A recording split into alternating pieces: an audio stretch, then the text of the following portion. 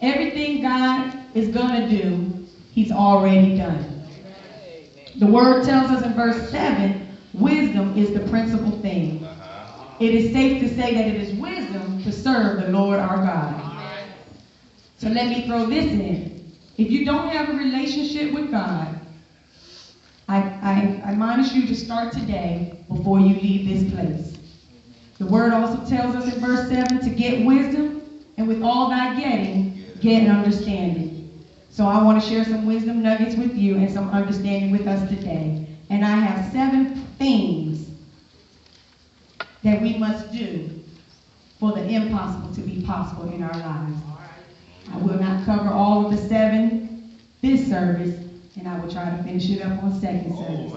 So as Pastor-elect says, I won't be out of message, but I will be out of time.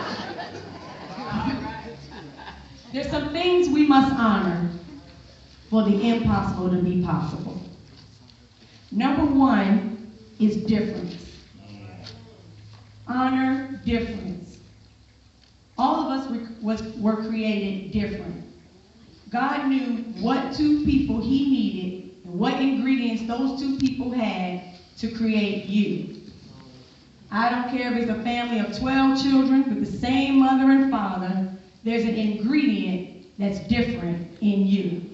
There's something in you that makes the difference. All right. Embrace that difference and move forward and focus on that difference. Amen. For God to make the impossible possible. Wisdom is the ability to recognize difference. Children, your difference decides your importance. All right.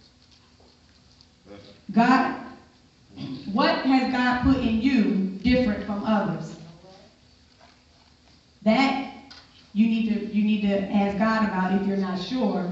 And then you have your leaders to help guide you and pour into you and pull out of you what we know is already in you. Amen.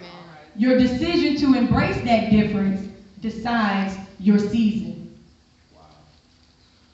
Your decision to do right or wrong.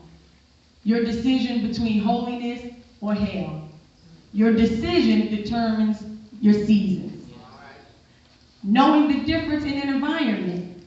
If you're in an environment or a setting that's not conducive to what you know is right, to where your parents have told you not to go, then you need to take yourself out of that environment. You need to recognize that environment. The difference in a moment, the decision you make in a moment can change your season. The second thing that we must honor is our mind.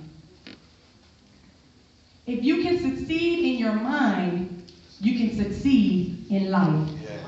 Yes. We must take care of our mind. How are we going to take care of our mind? I have 3 things to help us take care of our mind. All right. Your mind needs a focus. If you don't look at a future, you'll be constantly looking back at a past. If you don't look at a future, you'll be stuck in your present. Your mind needs a goal. What has God placed in each and every one of you? What has he shown you in your dreams, in your visions? Because not only us as parents dream, our children dream. Amen. What has God showed you doing? You need to tap into that and focus on that. Your mouth conquers your mind. Start speaking into the atmosphere. Start claiming those dreams and those visions God has shown you. Start speaking those goals you have set for yourself. And if you haven't set any goals, shame on you. Start today. Set some goals. The Bible tells us to write the vision and make it plain. Even these 7-year-olds have some goals. Set some goals. Dream big. Don't keep God in the box, because God is out of the box. What has God spoken to you? Your goal determines who you need in your life. All right.